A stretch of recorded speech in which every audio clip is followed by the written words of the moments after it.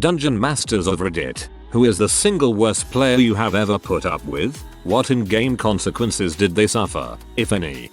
People who don't show up, then cry when they found you all played without them. Yeah, we're not going to put off this scheduled game because of one person. For frick's sake, our warlock literally made his best friend play his character the week he couldn't come. He was happy with how he was played too.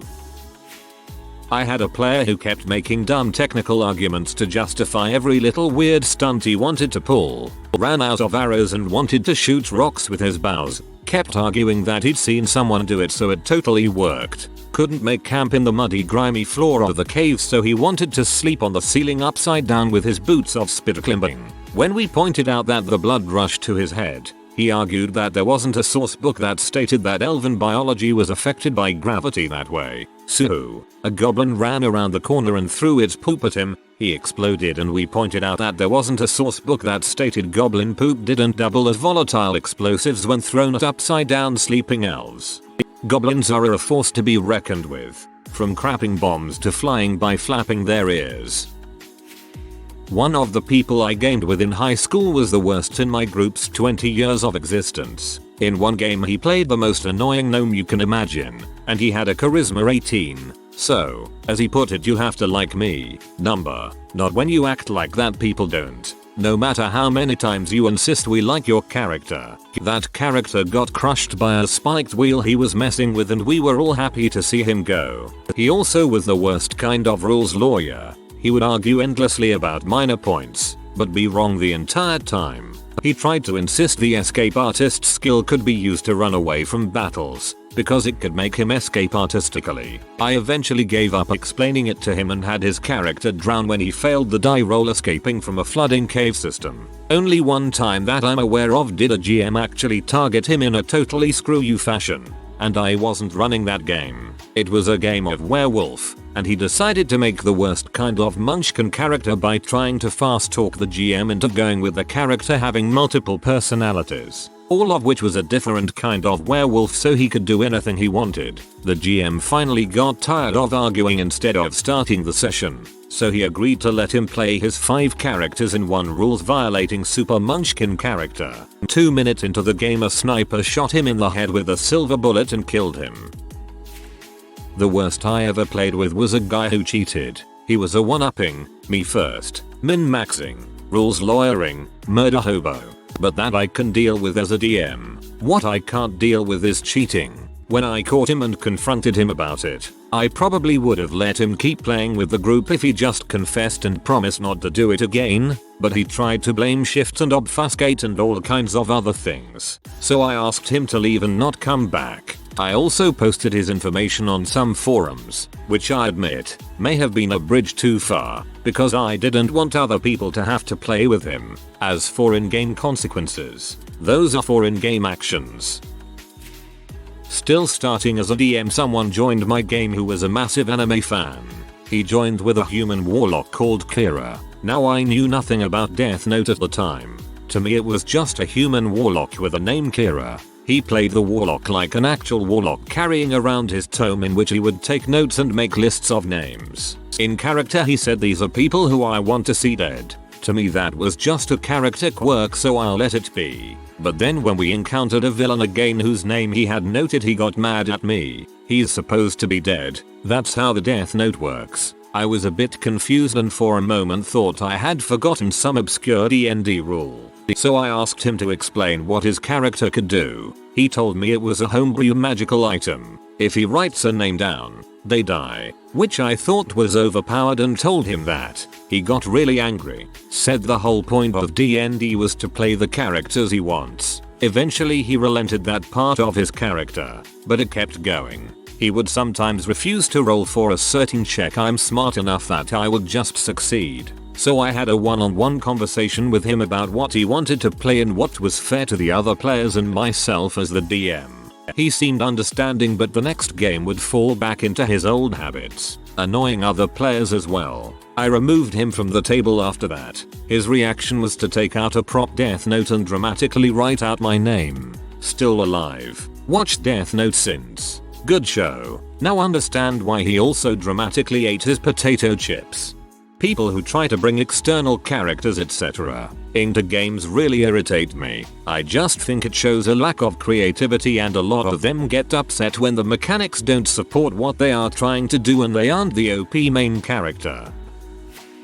I ran a campaign set in the Industrial Revolution, but with a light steampunk twist. There were numerous things this one player complained about. Why do I need to buy a train ticket? I'm just going to sneak onto the train. Wait, why am I being thrown off the train? What do you mean I'm not allowed to build a peasant railgun? What do you mean I can't call in an orbital strike? Why does the King's Guard want me to put my bombs in a secure store while I meet the king? I won't do it. Why am I being taken to jail? What do you mean I can't sneak out of a secure leprosy ward? I was only bluffing that I was sick, and many more.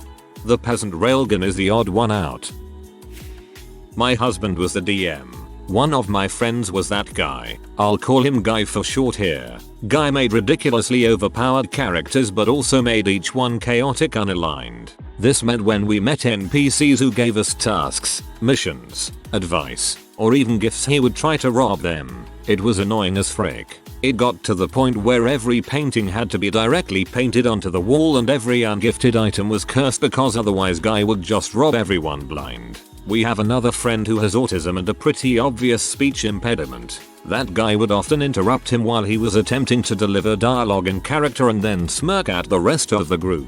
He'd boast about it afterwards, but we'd ignore him. He thought it would be cute to hit on my character. I wasn't pleased or comfortable. Because Guy insisted on it, I was told to roll resist. I failed. Husband was kind enough to say flatly she is mildly aroused and quickly move on. Guy tried to keep going but we all told him to knock it off. He wanted to be DM very badly. We let him once. Every NPC and enemy was overpowered and he took great delight in slaughtering us. Each round took forever because he had so many characters to get through, and each time he got to a player, one of Guy's enemies had a special trick to stop us doing a bunch of stuff. Me and another player got so bored we brought out books to read at the table. Rude, I know, but it really was unbearable. Guy's life wasn't very interesting outside of our games. He was an unemployed high school dropout. He didn't study, he didn't have any other hobbies except anime and video games, and he lived with his parents. This meant RPGs were pretty much Guy's only source of entertainment and the only thing giving him a sense of purpose. Our RPG group was bombarded with text messages 24/7 asking when we were due for our next session. He claimed it was his duty to remind us. There was a badass moment where he showed my husband a character he rolled which included a bunch of mods and stuff he found in obscure magazines and websites. My husband just looked at him and said, "Congratulations, you just won Shadowrun. How was it?" Finally, we told him we needed a long break from him. We informed Guy we no longer wanted to play with someone like him. Guy wasn't happy but seemed to take it well. There was so much crap he did that I've really only just skimmed the surface. He really was heck to play with. It sucked so bad. Eventually Guy encountered his own that guy and learned some humility. He still isn't exactly a joy to play with, but he's much better than he used to be. Guy made me feel uncomfortable just now. One player kept bringing whichever flavor of the week girl he was banging to join our weekly game. Ultimately they would break up and we'd have wasted the better part of several sessions constantly introducing new PCS who would usually only be there for one session. His character was lured to his doom via falling damage by a Harpy's song after some bad tactical decisions and horrendous saving throws. The Harpies were named after the characters that had left us due to the players' unchecked philandering ways, presumably cursed and transformed after they had vanished from the story.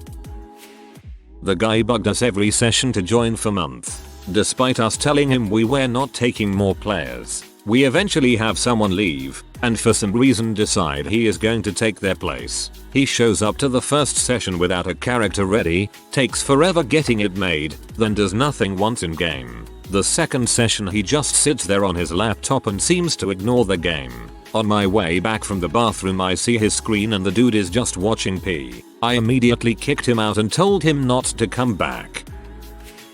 Really, any player that has a chaotic evil protagonist, it just doesn't work well, and a lot of the time, it's not fun for the other players. Chaotic evil is a fun alignment, but it's not meant for a protagonist.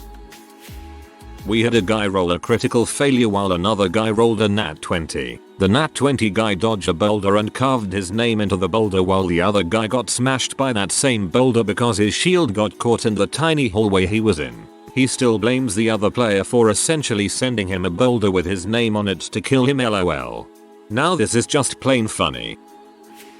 My friend ran a game that was completely ruined by someone. We were all new to D&D and were trying it out for the first time, so we didn't 100% know the rules and house ruled a couple of things just to make it easier and try to get the session to last less than 5 hours. This did not sit well with one of our group. He insisted on reading every single dang rule and making sure we were following it correct. If the DM gave us some info without a roll, he would perk up with "well actually." Then we had the infamous button room. There was a room with a pedestal and a button. We all entered and the door shut behind us. As it did that, the roof started to move down and the floor raised. We of course pushed the button and the trap reset and started over again. We look for exits thinking there's something hidden until I decide, frick it. It's a trick room. Let the roof close in.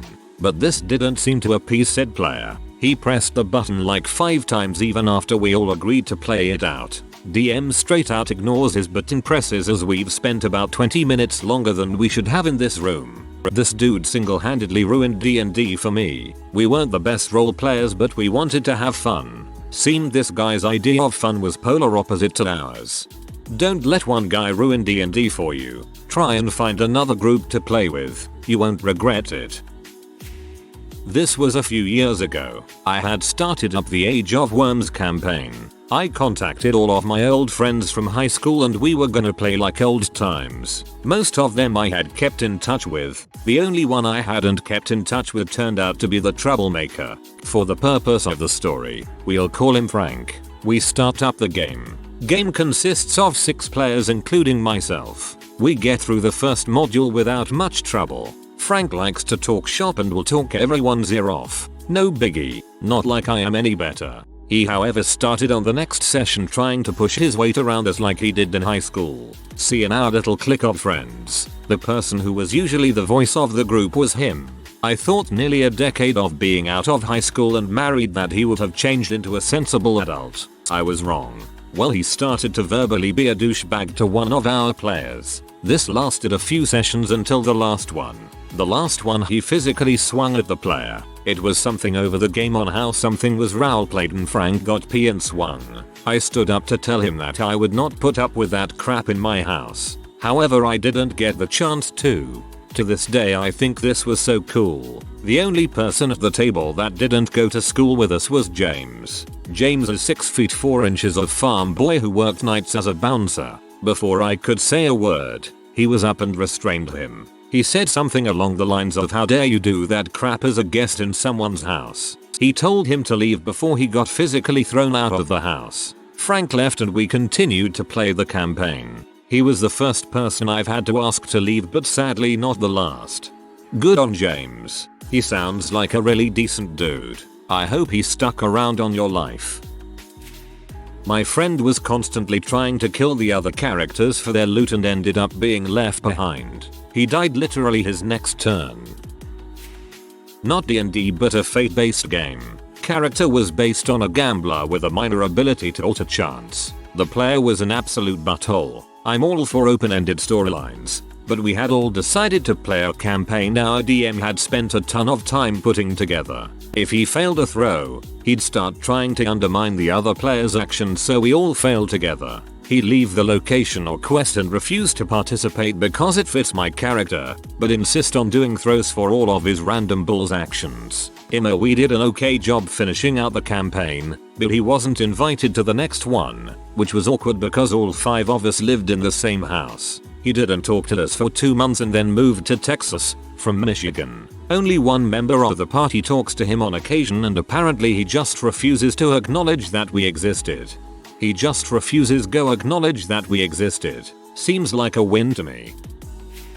My first game I ever ran was set in the universe of the True Lives of the Fabulous Killjoys comic book. I had a whole story planned that tied into the comics and would have been awesome. Sadly, one of the players who always had to be the center of attention wanted to name their character after one of the main characters in the comics who was dead in the books but alive in my campaign. She even went as far as to suggest her character could have been that person reincarnated. They refused to come up with another character and I ended up having to throw the story out the window and just wing it. God, I wish I'd put my foot down.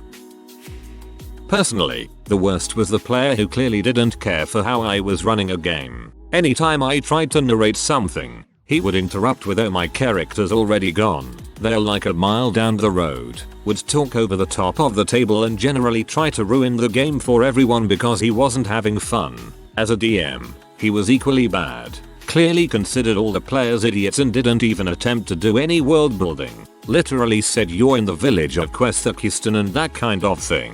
Generally impatient, rude and just an absolute shithead. Easy fix by simply never playing with him again. But that said, I have a special contempt in my heart for the very nice oak player of the lawful good cleric who, while the rest of the party robbed, lied, stole and murdered right in front of him, never opened his mouth except to say I cast healing. A guy I played with a couple of times decided to try to be funny all the time, make lame jokes and in general frick up everything for everyone else, while everyone else tried to stay true to the campaign and world. At some point we had to tell him to take it seriously or frick off. There is nothing wrong with a little humor, but this guy wasn't funny at all. All his jokes were lame and he just would not shut up. TBH, that would probably be me if I ever sat down to play D&D.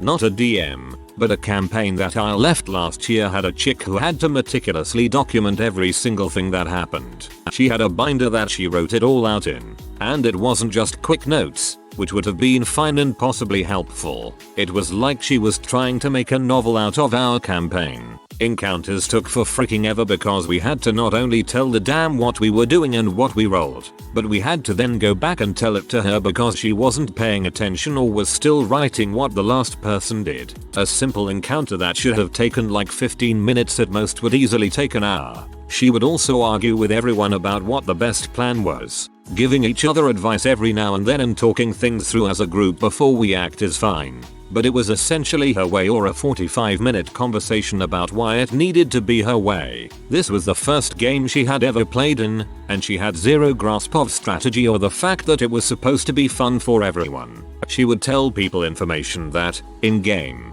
their character wasn't aware of and get mad when they didn't act on that information. It was exhausting. I joined up with the same group again for a new campaign and when specifically meet up on days she is not available. At that point just film it and take notes at home later, lol. That's ridiculous. Some Dragonborn I would DM for in my group kept trying to eat important NPCs. Well, after 3 sessions of having to be very creative to get the group going on quests and such, we met a kind old lady. This was the start of a new plague that was wiping out dragons, causing a problem for this town, with a benevolent dragon guardian. Well, guess who was a carrier of this deadly plague? I made him roll a constitution check. He rolled a 3, pretty much crippled immediately, died at the next combat because he refused to believe I would actually kill him. Then he made the exact same character for the next session, just changed the first letter of his name. Homeboy ate another person immediately, the mayor of this small village, Plague City. That was my last session with my group. That was 4 years ago. I don't really regret anything. The single worst player was my friend D. I'd had some fun playing alongside him in someone else's game, and when the DM moved away and left us without a game, I thought I'd be a bro and invite him into mine. I've known D for decades. I knew his faults. I don't know what reckless spirit of blind optimism possessed me. See, D is the most competitive person I know, but only about stupid things. You'll be hanging out with him and then suddenly he'll get agitated and start lobbing mild digs at you and you realize he's decided this thing you're doing is a contest and he's going to win if it kills him. He'd pick in character fights with other characters over trivial things, usually during a combat, and then the rest of the party would be fighting the enemy and also D's character. Or if he got bored, he'd simply attack the nearest NPC, friend or foe. On reflection, I should have stopped that cold the first or second time it happened, but I always let the consequences play out. D also believed the best defense was a good offense, so when I talked to him out of game he tried putting it on me. If I was a better GM I could keep him entertained and he wouldn't do these things. With no improvement in his behavior and other players threatening to walk over it, I just stopped inviting him to games. I had a friend of a friend who was obsessed with both V for Vendetta and Heath Ledger's Joker. All his characters were a combination of those two, a chaotic rogue with facet paint and a mask on, who spoke in the like alliterative verbose with a Joker's lisp. I allowed it in Vampire the Masquerade. I begrudgingly allowed it in Cyberpunk. I had his character eaten by dire rats in D&D early on, because enough is enough. This guy just could not grasp how to make his rolls, despite the fact that we played for about a year, and each session lasted about 4 to 5 hours, sometimes longer. He just didn't understand which modifiers to use, despite us constantly explaining it to him. He also tried to steal the spotlight, attempting to do things he wasn't trained in, and that another player was quite proficient on. Well, one day we talked to him about it, trying to walk him through how the game worked for like the millionth time. He exploded at us and got super pissed off. Unfortunately, we were playing at his house. I was the DM though. I said, frick it, I'm done. I don't have to deal with this. I packed up my stuff, and we all left. The remainder of the group followed, and we picked up a couple days later. I had his character brutally killed off, and I blocked the guy on every social media I followed him on and deleted and blocked his phone number. Sometimes I still see him at work. I work in a grocery store, and I do what I can to avoid him. One of my players wanted to be chaotic evil. Fine, whatever. He was the boyfriend of one of my regulars, and she took it far more seriously than he did. In our first session, he killed multiple NPCs, set many things on fire, and tried to sexually assault another player's character. Our game, and their relationship, didn't last long after that. I swear to God, bad players universally fail to understand that chaotic just means unlawful, not full-on chaos god mode. I've never had a worse player experience or played with any. Just the typical annoyances and somewhat stereotypes everyone deals with that can be bad or lame. Generally, I only play with friends who can hash stuff out if it becomes problematic. But there are templates people can fit into. The person who always has to have their kinks and fetishes in real life placed into their character. The guy who always jokes and tries to be wacky and wild, which derails every quest and roleplay scenario because you have to tell them don't because X, Y, and Z will happen. The close cousin to the one above who watches and listens to too many comedy type role-playing podcasts or shows who think this campaign has to be like that. The one who always has to be the brooding lone wolf guy. For frick's sake, Frank, just say you're coming and stop making 15 stealth checks to follow us hidden in the forest. The time waster, who when asks if he can do something and gets told no, tries for 10 minutes to get it to work but in a slightly different way. The overplanner. Honestly though, this can be a lot of people. The human heartthrob. Every female is his lust ground. The couple whose out of game drama is in. The person who takes it way too seriously and gets pissy, ruining the atmosphere sometimes for others.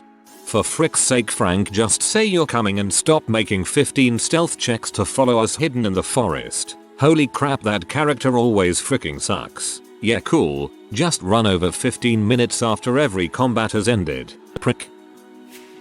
I had a guy who played as Ugandan Knuckles. I told him no at first, but he bitched and moaned so much that it was easier to just let him. Needless to say, the campaign was a disaster. He tried to take the spotlight at every moment, butting in whenever he could and fricking up carefully planned situations. I eventually started restricting him from doing certain things, which according to him was against the rules, and he would whinge and whinge throughout the game. By the end of the campaign, he'd killed 3 quest important characters, gotten the party arrested, and directly caused the death of our rogue, who was understandably angry about it. Near the end, I brought in a higher level enemy that only targeted him. It killed him no problem, and he had a beef fit about how I was being unfair. I lost my temper and pretty much forced him to leave. He hasn't been invited back since. If you are new to the channel, you can subscribe. I publish new videos every day. Until then, check another video.